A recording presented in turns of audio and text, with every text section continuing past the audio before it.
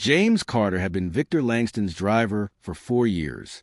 At 42, James was a man of routine, arriving at the Langston estate in Westchester every morning at 6 a.m., his black SUV polished to a mirror shine. He was more than a driver. He was a steady presence, navigating New York's chaotic streets with calm precision, always ready with a nod or a quick word when Victor needed it.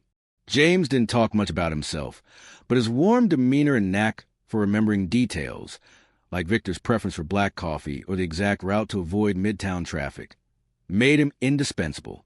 He was black, born and raised in Harlem, and carried a quiet pride that didn't need announcing.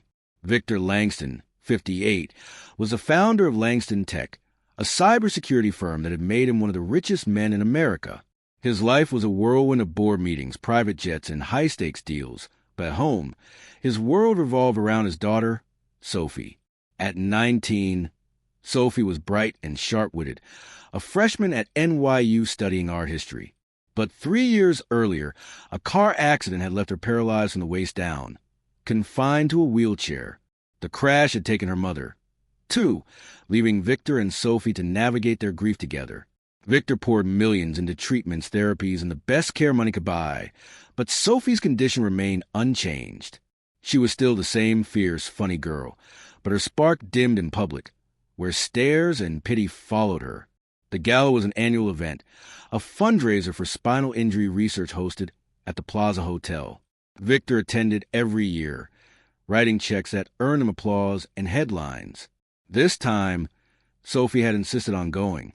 She was tired of staying home, tired of being the fragile daughter everyone whispered about. Victor agreed, though he worried about her comfort in the glittering, crowded ballroom. James drove them, as always, helping Sophie into her wheelchair with a gentleness that didn't go unnoticed. He stayed nearby, stationed discreetly near the entrance, ready to drive them home when the night ended. The evening was in full swing, chandeliers gleaming, champagne flowing, and a string quartet filling the air. Sophie sat at a table near the dance floor, her smile polite but strained as guests offered condolences or awkward small talk. Victor was across the room, shaking hands with donors, his attention split. James, watching from his post, noticed Sophie's discomfort. He'd driven her to therapy appointments, art classes, and doctor's visits for years, and they developed an easy rapport. She liked his stories about Harlem in the 90s, and he admired her sharp humor, the way she never let her wheelchair define her. When the band shifted to a slow jazz number, James made a decision. He walked over to Sophie, leaned down, and said something that made her laugh. A real laugh, not the polite one she'd been wearing all night. He offered his hand, and she took it, her eyes curious. James gently pushed her wheelchair onto the dance floor, guiding it in smooth, careful arcs, spinning her just enough to make her laugh again. The crowd parted, some staring, others smiling uncertainly. James didn't seem to notice. He moved with her, his steps light, his focus entirely on Sophie. For 3 minutes, they danced, her wheelchair gliding like it was part choreography. Victor turned at the sound of murmurs, his eyes landing on the scene. His first instinct was irritation. James was overstepping, drawing attention to Sophie in a way Victor had spent years trying to avoid. But then he saw her face. Sophie was beaming, her head tilted back, her laughter carrying over the music.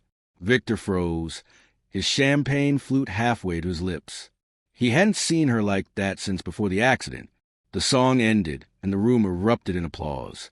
James wheeled Sophie back to her table, her cheeks flushed, her eyes bright. Victor approached, his face unreadable. "What was that?" he asked, his voice low but not angry. James met his gaze, steady as ever. "She looked like she needed a dance, sir." Sophie chimed in, "Dad, it was my idea. Don't be mad."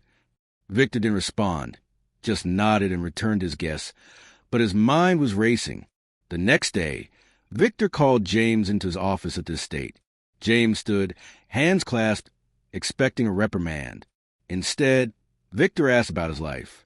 James was hesitant at first, but he shared pieces. Growing up in Harlem, his mother a nurse who worked double shifts, his father a jazz musician who taught him to dance.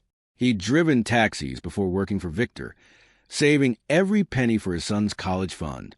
His son, Marcus, was 17, a senior with dreams of becoming a doctor. Victor listened. His usual brisk demeanor softened. He thanked James and sent him back to work, but the conversation stayed with him.